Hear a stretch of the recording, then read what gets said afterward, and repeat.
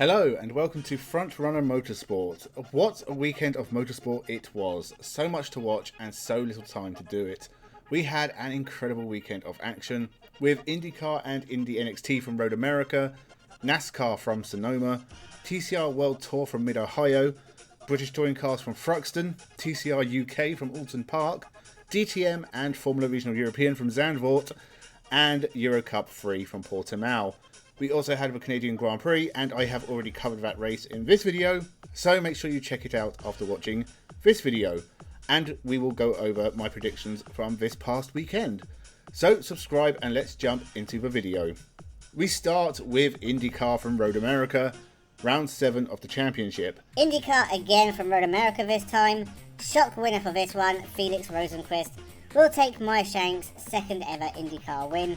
And we will get a big crash at the start, with several cars in the midfield making contact, started by someone like Santino Ferrucci.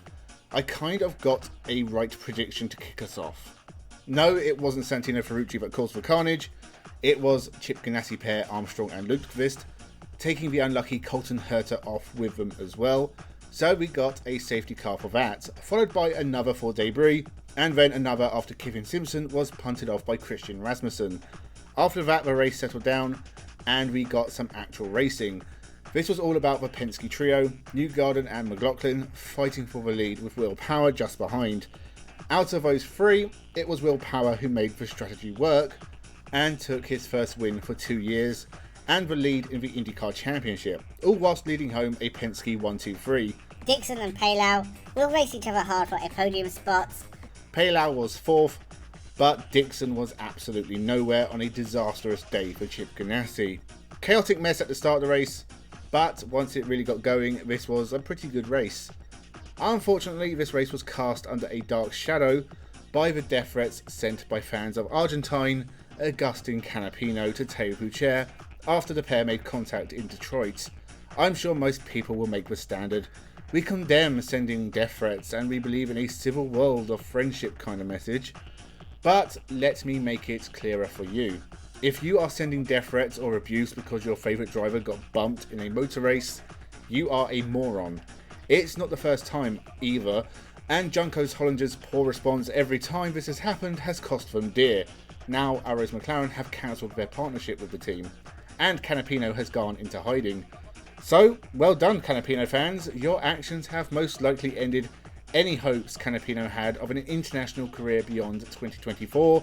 Juncos Hollinger will probably go under, and I swear on the life of every penguin on the British Falkland Islands, your wives will never come.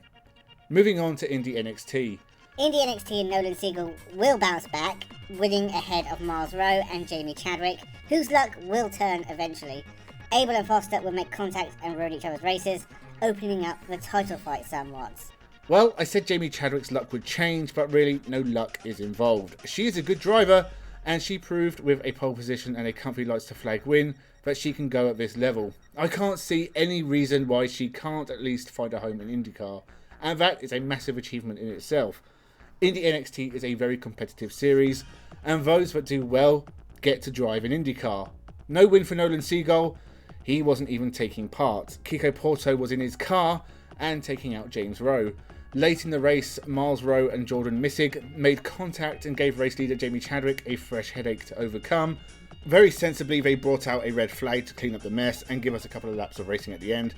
Nothing could stop Jamie Chadwick from winning, the first female to win at this level since Pippa Mann in 2010.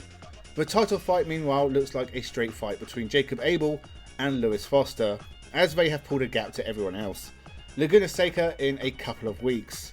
NASCAR from the wonderful Sonoma road course. We had a couple of early yellows but nothing major. The first big one was in stage 2. Josh Berry got turned around and took out half the field with him, causing a car park. Not long after, Michael McDowell got taken out with Austin Cindric and Noah Gragson. By the end, it was a three-way fight between Martin Truex, Christopher Buescher and Kyle Larson. And it was Kyle Larson who won again, whilst Martin Truex ran out of petrol on the last lap, as did my pick, Kyle Busch, who was running in 5th towards the end. Next week, Iowa. British touring cars from the incredibly fast Thruxton. What did I predict for this one?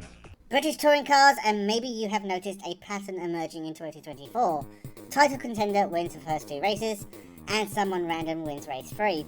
Well, Ash Sutton still hasn't won a race in 2024, but Thruxton is Josh Cook country. He'll take the first 2 wins, and Bobby Thompson will win race 3. Sutton will still lead the championship though. Well, the pattern has sort of continued. No, Josh Cook didn't cook at Thruxton, and Sutton has his first win of 2024. The only thing I got right was Ash Sutton leading the championship after the conclusion of all 3 races.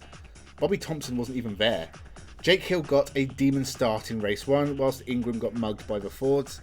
We got an early safety car because someone carelessly left a stack of tyres on the track. Brilliant track management on display here. Stick a massive stack of tyres in the middle of a chicane. Genius Thruxton, thank you. Jake Hill won pretty easily. It was a fairly dull race.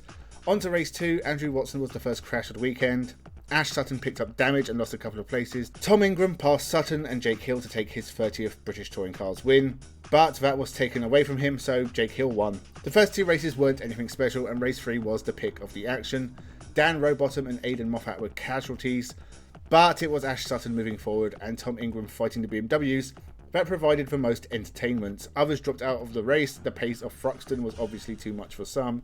After a safety car battle commenced, Ingram and Morgan got stuck in, and Ash Sutton won his first race of 2024. He leads the championship 5 points ahead of Hill. Camish finished second in all 3 races, and he and Josh Cook could get involved in the championship fight if they have a really good weekend. The hybrid system was most in show at this race, and I still feel it doesn't add anything. I think there is a better way to do the whole hybrid thing and make the racing more fun. Alton Park is next in a couple of weeks. DTM from Zandvoort. I made some predictions here as well. DTM, I don't know. Mirko Bortolotti in race 1 and Rene Rast in race 2. Rene Rast finished second in race 1 and Bortolotti second in race 2. So I was pretty damn close. If you couldn't tell, I am hardly enthusiastic about DTM right now, and I don't really have too much to say. Jack Aitken won race 1 with little fuss, and race 2 started with a red flag after Clemens Schmidt and Lucas Auer were taken out of the race. The race restarted and went fine for 10 minutes. Hooven crashed his Porsche and brought out a safety car. Jack Aitken decided it would be selfish to have 2 good races in the same weekend and pulled into the wrong pit box. I can relate, I often walk into the wrong house. Good fight between former champion Marco Wittmann and Mirko Bortolotti, but even with damage, Marco Wittmann pulled the lead and won his first race for a couple of years. Nothing too exciting from DTM. The next round is Norrisring in a month's time, a track I do like very much, so maybe I'll be able to show more enthusiasm when that rolls around. TCR World Tour was also in the United States at Mid-Ohio. Mikhail Azkona led for the majority of race 1, but in the later stages he was caught by Ted Bjork.